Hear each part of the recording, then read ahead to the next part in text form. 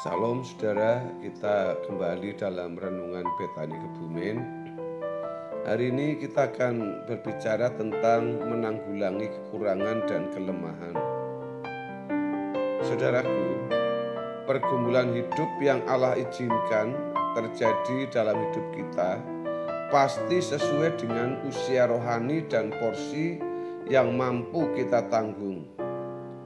Allah tidak akan mengizinkan pencobaan melalui kekuatan kita. Dalam 1 Korintus 10 ayat 13 mengatakan pencobaan-pencobaan yang kamu alami ialah pencobaan-pencobaan biasa yang tidak melebihi kekuatan manusia. Sebab Allah setia dan karena itu Ia tidak akan membiarkan kamu dicobai melampaui kekuatanmu. Pada waktu kamu dicobai, Ia akan memberikan kepadamu jalan keluar, sehingga kamu dapat menanggungnya. Saudara, Allah tidak akan mengizinkan pencobaan melampaui kekuatan kita. Itulah sebabnya setiap orang pasti memiliki pergumulan masing-masing yang tidak sama. Hendaknya kita tidak meratapi keadaan ketika membandingkan bahwa pencobaan yang kita alami terasa sangat berat, sementara pencobaan dan pergumulan yang dialami orang lain kelihatannya lebih ringan. Mestinya kita tidak boleh membandingkan keadaan kita dengan orang lain. Kita tidak tahu, bisa saja pencobaan yang dialami orang lain jauh lebih berat dari yang kita alami.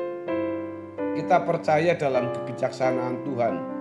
Allah menuntun kita kepada keadaan di mana kita dapat mengerti kesalahan yang kita lakukan dan segala kekurangan-kekurangan kita. Saudara-saudara yang dikasihi oleh Tuhan Yesus, setiap kita memahami atau mengalami pembentukan yang khusus yang tidak sama dengan yang dialami oleh siapapun di muka bumi ini. Hal ini sesuai dengan keberadaan kepribadian, watak atau karakter kita. Ibarat sebuah kurikulum seperti yang dikenal dalam dunia pendidikan. Setiap orang memiliki kurikulumnya sendiri yang dirancang oleh Allah. Allah sebagai arsitek jiwa yang sempurna mengerti bagaimana menggarap kita melalui setiap kejadian agar kita menjadi manusia seperti yang Dia kehendaki. Penggarapan tersebut untuk menanggulangi kekurangan dan kelemahan-kelemahan dalam watak dan karakter kita. Penanggulangan tersebut dapat menghasilkan suatu pribadi yang mulia dan agung, sehingga kita layak disebut sebagai anak-anak Allah. Oleh sebab itu kita harus memperkarakan kekurangan-kekurangan dan kelemahan-kelemahan kita. Saudara, kalau kita memperkarakan kekurangan dan kelemahan kita di hadapan Allah, maka Allah pasti memberitahu kekurangan dan kelemahan yang kita alami tersebut atau yang ada pada diri kita. Allah tidak mungkin tidak memberitahu kepada kita kebiasaan, sikap, kelakuan yang tidak berkenan di hadapan Tuhan yang kita lakukan. Masalahnya adalah, adakah kita serius memperkarakan kekurangan dan kelemahan kita guna mengalami pembaharuan? Banyak orang Kristen tidak pernah mempersoalkan dengan serius kekurangan dan kelemahannya di hadapan Allah. Mereka tidak memperkarakan hal bagaimana seharusnya hidup sebagai anak-anak Allah. Ini adalah orang-orang yang tidak haus dan lapar akan kebenaran. Tentu saja Allah tidak akan memuaskan mereka, sebab hanya orang yang haus dan lapar akan kebenaran yang akan dipuaskan oleh Allah. Di dalam Matius pasal yang kelima ayat yang ke-6, Tuhan Yesus mengatakan, berbahagialah orang yang lapar dan haus akan kebenaran, karena mereka akan dipuaskan.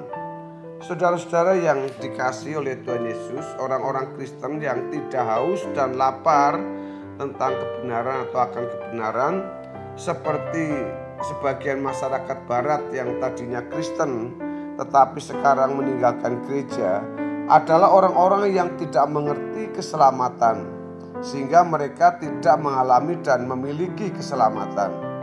Biasanya orang-orang Kristen seperti di atas ini berpikir bahwa yang penting secara nalar sudah merasa percaya kepada Yesus, maka mereka dapat terhindar dari neraka dan diperkenan masuk surga. Ini berarti sudah selamat. Ditambah lagi pemahaman yang salah mengenai pengertian bahwa keselamatan dapat diperoleh seseorang bukan karena perbuatan baik. Mereka merasa sudah memiliki kepastian masuk surga tanpa berusaha untuk menjadi manusia seperti yang dikehendaki oleh Allah, sehingga mereka tidak merasa perlu memperkarakan keadaan mereka di hadapan Allah. Mereka tidak mengerti apa yang dimaksud dengan selamat atau keselamatan itu. Sebenarnya keselamatan bukan sekadar terhindar dari neraka dan diperkenan masuk surga. Keselamatan adalah usaha Allah yang direspon dengan benar oleh manusia agar atau sehingga manusia dapat dikembalikan ke rancangan Allah semula. Untuk ini dibutuhkan perjuangan yang sungguh-sungguh dalam kehidupan setiap orang percaya.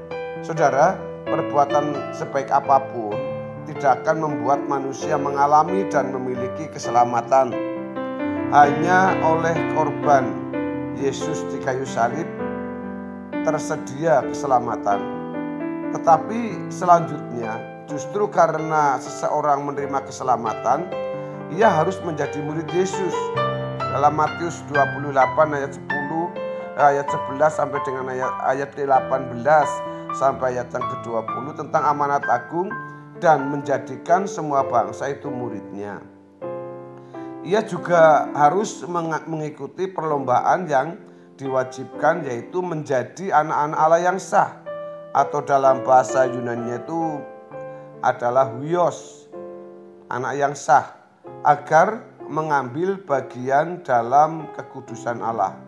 Dicatat dalam Ibrani 12 ayat 1 sampai ayat yang ke-10, atau dapat mengenakan kodrat ilahi dalam 2 Petrus 1 ayat yang ketiga dan 4 mengatakan karena kuasa ilahinya telah menganugerahkan kepada kita segala sesuatu yang berguna untuk hidup yang saleh oleh pengenalan kita akan Dia yang telah memanggil kita oleh kuasanya yang mulia dan ajaib.